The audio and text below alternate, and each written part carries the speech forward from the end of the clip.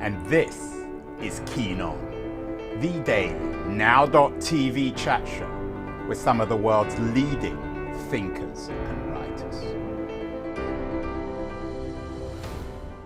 Hello everybody, it's Friday, June the 2nd, 2023. A Friday means that was the week. We haven't done it for about 3 weeks. 3 weeks ago, Keith was on the East Coast for his son's graduation at Syracuse. The last couple of Fridays I've been in Europe, first in Bulgaria, then in Turkey. So I'm back and Keith is back, and that was the week, Keith. And you lead with the year. It's not, I think the title is wrong. The title of the newsletter this week is the Year of the Mask. It should be the Week of the Mask. Well, it may only last a week, Andrew. That's a good point, because there may indeed be no mask. We don't know yet. The rumors are Apple is, and by the way, I'm calling it a mask as a derogatory designation. There may be no mask because in the past there's been many rumors Apple was going to produce a VR, AR. It's called mixed reality now because you can see through it headset, and it seems like it might be real this year, but it might not be, and we won't know till next week. So I'm saying it shouldn't be real. It's a bad idea. Right. Yeah. Quoting from you, sir, for each of the past 3 years, there have been predictions that Apple was about to release a mixed reality face mask. Oops, sorry, mixed reality headset. But the last 3 years, the rumors have never been particularly serious, certainly not close to the event. I mean, this is clearly a different moment, isn't it, Keith?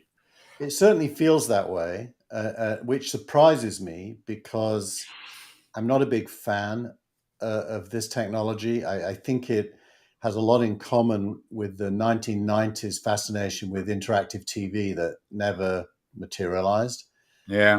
So I'm not a big fan of it, and I'm surprised Apple's going for it. It may be that the reason for going for it is to stop Facebook owning it, because Facebook definitely is the biggest player in the space, and Facebook's long-term problem is it doesn't own the interface that we use to engage with content, the phone. So a mask is something it does own. It could be that Apple just wants to stop that becoming real, or it could be that Apple believes it is real and wants to own it itself. Yeah, it's hard to imagine that Apple would do something as significant as this simply to stop Facebook. Yeah.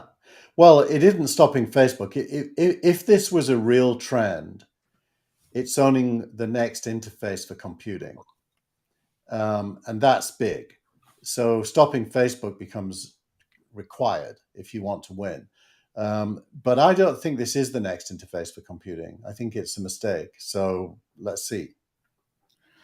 The assumption is that whatever Apple produce will be cool and very different from the Facebook-like geeky products. Is that fair? I mean, should we expect something if they are coming out with something? Yeah, it's going to be an eye mask. Well, the Facebook one is bulky, although they've just announced a new version to preempt Apple that slims it down. The Facebook one, there is a see-through to the real world, but it's black and white. The new one they've pre-announced its color and higher definition. So the trend seems to be you put something on your face and you can choose to project things onto the real world, or you can be completely closed off like in virtual reality and, for example, play a game or something. So the devices seem to support both. Magic Leap's $3,000 device was all virtual reality, that is to say it's see-through. And Apple's, by at least rumor, is going to be see-through with very high definition, basically 4K on both eyes, ability to see through to the real world and project things on it. So, for example, if two of you are sitting at a table, I don't know why you'd ever do this, but you could project a digital chessboard and play chess. You and I might not do that, but our kids might. Certainly your sons. My sons are not advocates for, I've got an Oculus Quest 2 and none of them use it. They're just not interested. Yeah, well, it'll be interesting. We'll come back to it, of course, next week. But this week, Keith, you're focusing. It's an Elon heavy Twitter. In addition to sort of the Musk stuff, you're focusing on all sorts of Elon related stuff. One piece, you note that Twitter's value is down 2/3, but at the same time, he reclaims the title of the world's richest man. Why was last week the week of Elon? Not the first or the last time, of course, for that. Well, Elon has become a bit of a a ping pong ball in the political fight between, in quotes, the left and the right. I'm not sure those designations mean anything anymore, but Elon is either hated or loved, depending on which side of the spectrum you're on. And the biggest critique of him that Kara Swisher, for example, leads, and Casey Newton, is that he's messed up Twitter, whereas other people say he's fixing Twitter. And the axis of that discussion is all to do with inclusion, who's including on Twitter and who is not included in Twitter. And one of the biggest weapons they use is to say Twitter isn't worth very much anymore. So I thought it would be appropriate to put that in. He doesn't care, though. It makes no difference to him anyway. Well, it's basically free to him, so he hasn't lost anything. Well, that's the interesting thing. He did actually put real cash in. He did, but he's got it back in his Tesla shares. Well, that's one way of looking at it. There was a piece I saw a week or two ago. I should have mentioned it to you. Maybe you would have included it. It may have been from someone like Newton, saying that he's turned Twitter into a right-wing platform. Isn't that absurd, though? I don't even see how Twitter's... I mean, as you know, I'm not a big fan of Twitter. It puts me in a bad mood, so I try to avoid it mostly. But it doesn't seem to have changed that much, does it? Yeah, actually, that was my editorial. I think it was last week, making the point that Twitter is... I called it the importance of being Twitter, and made the point that Twitter is neither left or right wing. Twitter's everything. It's just annoying. It can be annoying or it can be engaging, depending on... You have to curate it for it to be good, but if you curate it, it actually is super good. And I think the idea of politicizing Twitter and Musk is more symptomatic of how flawed our polis has become. Because Twitter and Musk should not really be politicized. It's interesting. I saw the Democrats' press conference yesterday after the debt ceiling votes, and it was all kind of making the point that the Democrats won. And I thought, well, really, that isn't the story there. The story is they figured out a way to agree. And it's kind of interesting that everyone feels the need to say, you suck and I don't. And that is our polis. And so Twitter's just a ball. What about the, you didn't have any links to it, the Twitter DeSantis fiasco? What do you make of that? Was it a fiasco? Well, technically speaking, it was a fiasco. Twitter should be more than able to handle just under 1 million people wanting to listen to an audio stream, and it didn't. So technically it was a fiasco, but I don't think that's correlated to Musk at all. That's just... Well, you're a big fan, Keith, but you're also very hostile to government regulation and censorship. So one of the pieces you linked to suggests that Twitter is approving far more government censorship requests under Elon. Does that make you less of a fanboy? Are you concerned with that? Well, I think there's a subtle difference between being for or against regulation and the question of whether a company has to comply with the law. This is really about Twitter having to comply with the law. Apple, by the way, is very similar. Apple's survival in China is mainly because it doesn't try to break Chinese law. As it, any sensible CEO would comply with the law as it currently is, unless leave, as Google did, because they disagreed with the law. Because the alternative is to be a revolutionary in a country you don't live in, and that usually doesn't work. So you either want to make money or you don't, and if you do want to make money, you have to comply with the law. And Musk is saying, look, if it's the law and there's a proper process, we'll comply with it. And I think that's probably quite smart. On the other hand, if you ask Musk, do you want more regulation? I'm sure he'd say no. So I think those two points of view can live alongside of each other. And is Musk, what's your opinion? Has it changed of Musk, or is he just a Look, rather he, odd, brilliant guy? he's an odd, brilliant guy. He's both flawed and a genius at the same time. And what you see is what you get, basically. He is more libertarian than the traditional left like. So he's clearly, he. On the other hand, I think he's a social liberal. Right, and the conservatives, if they ever got to know him, they'd hate him as much as the left does, I think. Yeah, they probably would. So I think he's a nuanced human being, and he doesn't fit into this world where you're either a solid Democrat or a solid Republican. He just doesn't fit. So as you say, everyone kind of hates him, except for the people that like him, which really comes down to Silicon Valley tech people. Well, it wouldn't be a week without lots of AI news. JP Morgan, apparently, according to CNBC, one of the other pieces you linked to, is developing a chat GPT-like AI service that gives investment advice. Is JP Morgan emulating Signal Rank, Keith? I hope you're suing them. Yeah, I've actually had quite extensive conversations with JP Morgan about Signal Rank, so they certainly know about us, but no, this is a little bit different. This is focused on public markets. And it's a bit of a thin story because it derives from the fact that they trademarked something called Index GPT, which implies an index of public market stocks picked by an AI. And I think there's every reason to believe it's real. I don't know how far along they are in developing it. My guess on this sort of stuff is it will be free and bad, and anyone who really wants good advice will still continue to pay JP Morgan, and it will actually underline the value of their business.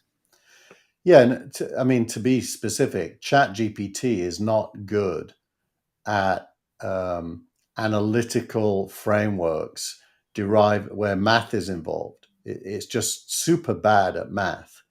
So the idea that ChatGPT would be a good investment advisor is bizarre on the face of it. ChatGPT is a very, very good natural language processing mixed with lots of source data to give you answers to problems you're trying to solve, but it's not going to be a stock picker. So there's a mismatch between the idea of an index and ChatGPT. So they're the wrong technologies. They don't belong together. Quantitative investing, there's a company called Renaissance that pioneered quantitative investing in public markets, and by the way, did super well. That's real math and predictive math at that, which isn't always right, but has proven to be very good. And then there's index investing, which is equally good because it protects you from outlying individual mistakes or successes for that matter. So I think JP Morgan is getting a bit ahead of itself here, mismatching two different things, indexes and ChatGPT, and they don't really belong together. Well, the real math suggests that the AI hype is for real. Crunchbase suggests that 20 billion in investments. Since when? And where's most of that money going, Keith? Well, so weirdly enough, this is one case where I think the Crunchbase headline is wrong. Did you tell Janae that? I did, actually. Say it again. Janae is wrong. So the truth is, most of that money went to OpenAI in a single investment. If you look at the number of AI investments across all the different stages of venture in 2023, it's actually quite a lot down from previous years. So AI is suffering from the macro effect just as much as other segments, probably a little bit less than other segments. It's not down as much, but it's still down. So there's a lot of talk about AI investing, but actually there's a lot less of it happening than the talk suggests. Your audio, Keith, has gone a bit. Is it better if I now understand why my camera just went off. Let me fix my camera and then we'll be in good shape. I'm not even going to edit this. You don't need to edit it because you can still hear my voice, right? Yeah. No one needs to see your face. But my camera did not come back on when I changed it. Interesting. Let me just turn my other camera back on. It'll probably work. Well, as you're doing that, let's continue to talk at least. So we were talking about AI. You think the hype isn't for real, that most of the money, that 20 billion, went into OpenAI. Does that mean that we're still on the verge of an AI boom, investment boom? I don't know if we're on the verge, and my camera is there we go. Now it's back. I don't know if we're on the verge of an investment boom, Andrew, because I think the macro conditions suggest that that is not going to happen anytime soon. There was another article in Crunchbase which I chose not to put in because it was a little bit superficial, but it said that when bubbles burst, it takes a decade to recover. I think we're definitely in a period of recovery in venture capital that's going to take more than a year. And even AI, most of the money is going to go to the big guys. And Right. I mean, it seems like I know Google stock is doing pretty well, Microsoft, Apple. The bigger the player, the stronger they are, the more money going into AI. It's already a winner take all economy, even before we have startups. Exactly. But I think the winner is OpenAI itself, to be honest. And then a couple of other larger companies, Midjourney is doing super well, and a couple of other image platforms. And you do see the inclusion of video and images into OpenAI is now a thing. The inclusion of plugins that let you do coding is now a thing. I think OpenAI itself is going to have an outsized impact on the whole world. Right. So, speaking of plugins and video, what's new on Substack? You have a link here, video embeds. At what point will the Substacks, and actually for that matter, the WordPresses of the world, who are also following Substack with paid newsletters, at what point will they integrate AI into these publishing platforms? Soon, I'd say. Why? Because writing images and video are the most obvious content areas to bring it into. And that's what Substack does. So I'd say sooner rather than later. And it isn't hard to do. The programming involved is somewhat trivial. Yeah, I would have thought they had already done it. I think they just got priorities. I mean, they're super good at releasing new features regularly. I'm very impressed with Substack at that. To come back to this particular new feature, the video embeds, what does that mean for Substack? Well, so for example, today, this video we're doing now, after we've finished, I'll download a file and I can just drag and drop it into my newsletter. And in the past, I had to do a special post called a video post for that to work. Now I can just put it anywhere in my post. Oh, and then my camera goes again. Weird. Never mind. We can fix it. I now know how to fix it. Yeah, I mean, I sometimes put video into Substack, and it is a bit of a process. So what you're saying now is it's simplified. It's like putting a link in. It's like putting a link and it just renders. And the other thing they announced is you'll see it in this week's newsletter. Data Wrapper is a service that takes data and produces graphs and charts. They've now supported embedding those graphs and charts, and they're interactive. So I've put one in my editorial about SignalRank related to the whole AI investing thing.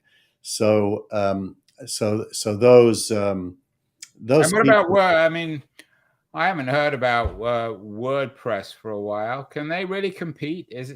I didn't even know they still existed, WordPress. Well, not only do they exist, they're huge. About more than 40% of the whole internet is hosted by WordPress, and so they're massive. And they've decided to. They already have a separate product for podcasts. They've now launched a separate product for newsletters. And it's going to try to copy a lot of what Substack has done. WordPress always had things like video embedding. So, if you use WordPress, you're going to get everything that WordPress already does. But now they've added mailing lists and payment integrated with Stripe. But Keith, you and I are in the similar business. Are we over obsessed with this? Does it really matter? In the broader scheme of things, with Apple about to come out with some sort of virtual reality product, with Elon Musk buying up the world, with AI and OpenAI, who cares? I think. I mean, you and I care. There's no doubt about that. But for Yeah. most people, it's not that relevant, is it?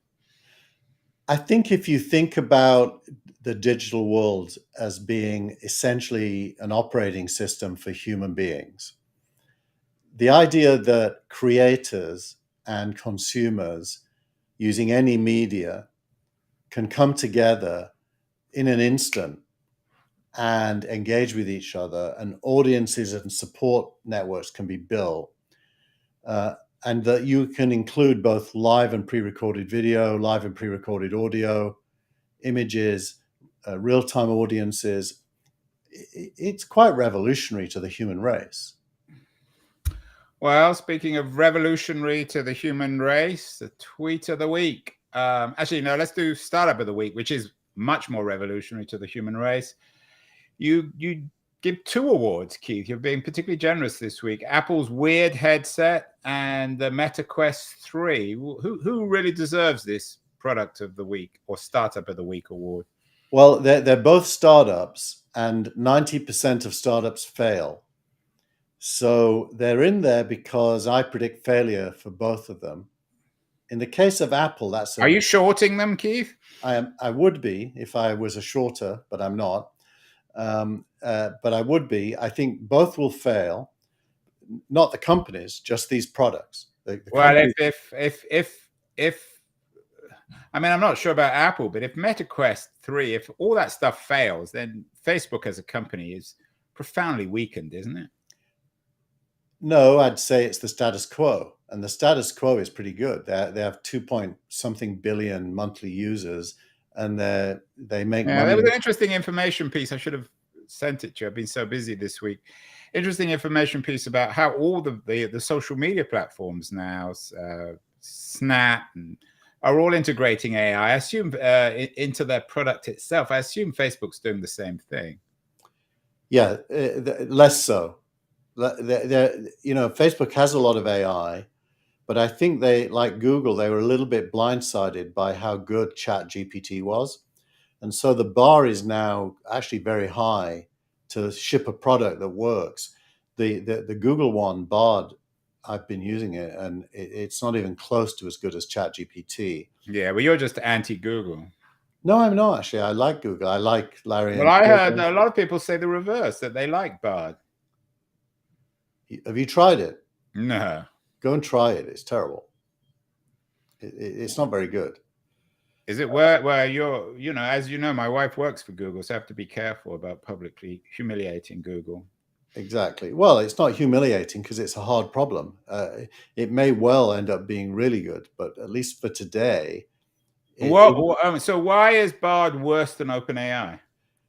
It just isn't as good as talking back and forth and iterating and producing results. It's way less capable of accuracy, even though ChatGPT itself is challenged there as well, but less so. Well, it's interesting that your 2 startups of the week, you're both suggesting will fail. Meta Quest 3 and the Apple headset. We'll come back to the Apple headset next week. Finally, tweet of the week, which of course is from Twitter Daily News. So Twitter is making news about itself. What's the tweet, Keith? So the tweet pertains to Musk's vision for Twitter, which is kind of a narrative violation to a Kara Swisher, because it's an optimistic narrative, and it includes the possibility of a name change to indicate that, and if you read the exact text, it's quite insightful, by the way, because you can't see it in your screenshot, but down below Musk says true, and the exact text says a much wider variety of long text, video messaging. Well, that could be Substack, that could be WordPress, it could be anything. That's the internet. Well, it's basically trying to turn it into a content consumption platform, whereas Substack really is a content production platform. But they also want to be on the other end. Do you think that Musk can get away with this? I mean, can you really rebrand Twitter as something else? Because all Twitter is Twitter. I don't see how you can do that. Well, look, if you if you put yourself in his brain and you say, look, I got this for nothing because I've made it. Well, yeah, but that's your weird logic. No, but that's how entrepreneurs think. I think like that.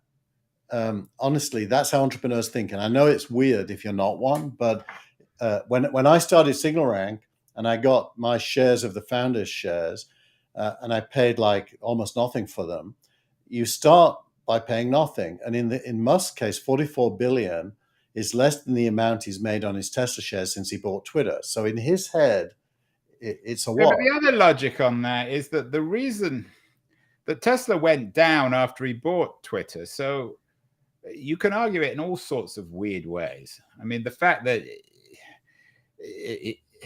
I mean, quantifying this thing is a religious thing. Yeah, you can bend it any way you want, depending on your agenda and your interest. So but anyway, to come back, that wasn't the question I asked. I'm really not that interested in Musk's brain. What I'm interested in is whether or not he can really transform Twitter into this X platform, which is, as you say, a much more ambitious product. Yeah. I think you start by assuming failure, but he's Elon Musk. He's got 300 million users already, and his product is iterating. If you do a tweet now on the web, it can go way beyond the character numbers, and you can embed video. Well, you're seemingly still a little shy on this. I mean, you haven't been shy on Apple and Facebook's Meta thing. You're suggesting that. Well, that's because I think Twitter is way more of a real product than the metaverse. So I think success is far more likely for Twitter. And why didn't? And I know these questions have all been asked before. Why don't you just start X just from scratch? Because you want the 300 million users. And will they? I mean, if he indeed does this, won't most of those 300 million users just lose interest? Because for them, it's Twitter they're on, not X. Yeah, but most people like Twitter. The only people who don't like Twitter is what Musk would characterize as the woke left, because they don't like the fact that it's not their sole environment only for them. So you mean the Kara Swishers and the Jeff Jarvis? Yeah, they want it to be only for them, and they want only their kind of people to be promoted on it. And Musk says no to that. So, that's a very small group of people. Most people love Twitter. Well, finally, on this X thing, let's say he does it in 5 years. What will he be able to do on it? Financial services. What does that mean? Well, he's introduced the dollar symbol, a little bit like the hashtag. If you go into Twitter and you type $AAPL, you'll see all the discussion around Apple shares. Why wouldn't you be able to buy and sell Apple shares there? He's going to extend it way beyond content to transactions. Maybe he should buy PayPal. Their stock's pretty low. Are we going to see some significant consolidation, some serious betting here? It's all very well for Elon Musk to be always our focus of our conversation, but when will the bigger players start picking up companies like PayPal? Not for a while, I'd say. I mean, they're a bargain. Their stock is at about 60. Well, if you look at Salesforce this week, Salesforce as well. So they announced their results, which were good, by the way, and the stock went down, I think it was 5%. Most of these companies are dealing with the market realities right now, and they haven't got the sign-off from the markets to go and start buying stuff. So, Keith, can SignalRank acquire Salesforce or PayPal? No, is the short answer to that. We're a tiny startup, maybe 10 years from now. Well, in a week from now, we'll be back. Keith, have a great week. And maybe next week you'll announce the acquisition of Salesforce or PayPal or something else. Thanks, Andrew.